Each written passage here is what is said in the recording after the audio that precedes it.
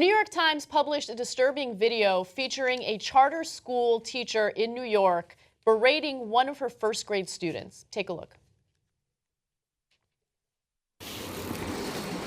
That's the one you cut or you split. So count it again, making sure you're counting correctly.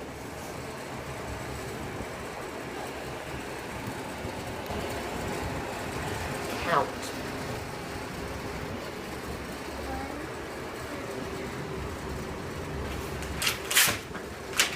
Go to the calm down chair and sit. There's nothing that infuriates me more than when you don't do what's on your paper. Somebody come up and show me how she should have counted to get her answer that was 1 and a split. Show my friends and teach them. 1 and a split. Thank you. Do not go back to your seat and show me one thing and then don't do it here. You're confusing everybody. Very upset and very disappointed. Jesus. Wow. Okay, so that was Charlotte Dial, and she's part of the so-called Success Academy. It's a network of high-performing schools in the New York area. Again, they're charter schools, so they're different from public schools. But that got her a little bit of a punishment. She got a suspension.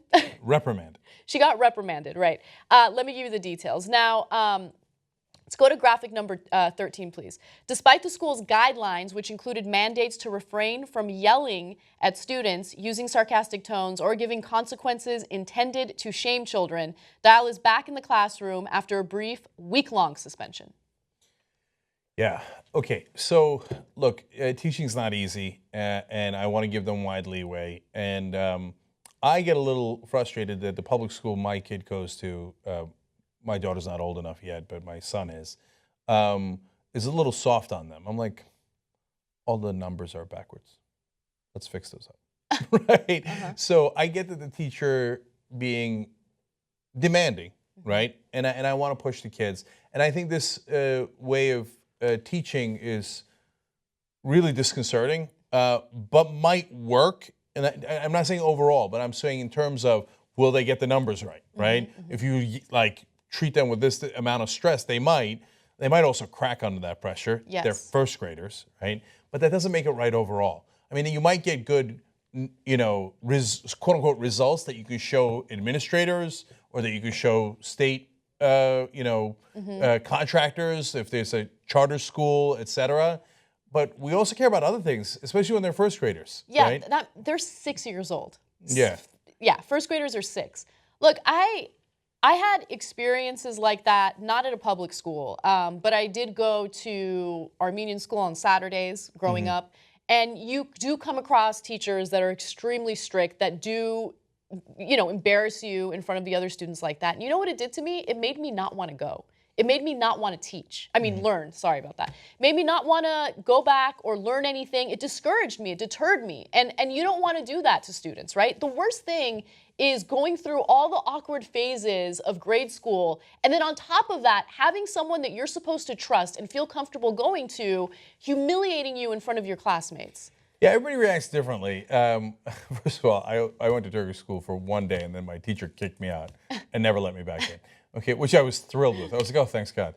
Okay, but in real school, I remember my first grade teacher saying that these 3 kids already knew how to read and they were better than us. Okay, and man, that made me mad.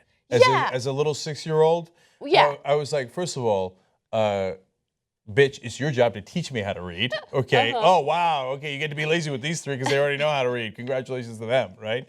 Okay. But for me, it got my competitive dander up even at the age of 6. Yes. And I was like, I thought, those 3, I'm coming for you.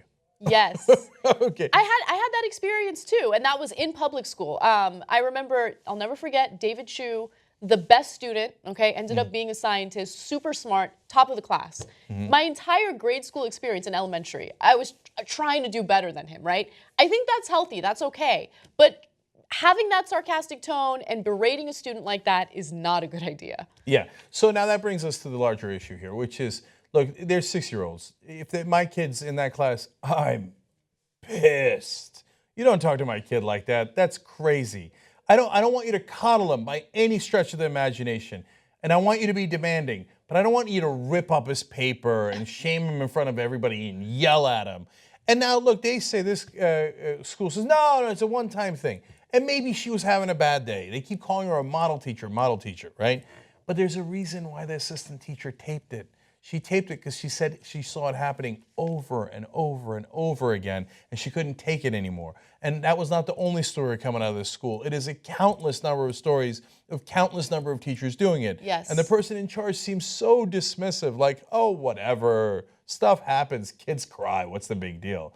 If I had got that reaction as a parent after I saw that video of my kids in that class, I'd be furious. Yes, and you're right. A number of teachers, former teachers from this network of schools did speak to the New York Times. One of them was Jessica Reed Slawersky, and she worked at the Success Academy in Harlem 1 and Success Academy in Harlem 2 from 2008 to 2011, first as a teacher and then as an assistant principal. She said that starting in the 3rd grade, when children begin taking state exams, embarrassing or belittling children for the work seen as slipshod was a regular occurrence and in some cases encouraged by the network leaders. It's this culture of if you've made them cry, you've succeeded in getting your point across. No, there's no question it's pervasive throughout these schools based on the New York Times reporting on this, based on the videos, based on all the testimony from people who've worked there. The fact that they seem to have a callous reaction to it, like whatever, kids cry, just go on with your life. It's almost like they're yelling at the parents in the same way that they yelled at the teachers. That's so true. I mean, at the students. So no, we can't have it. There's being tough and then there's being ridiculous. And so this has clearly crossed the line.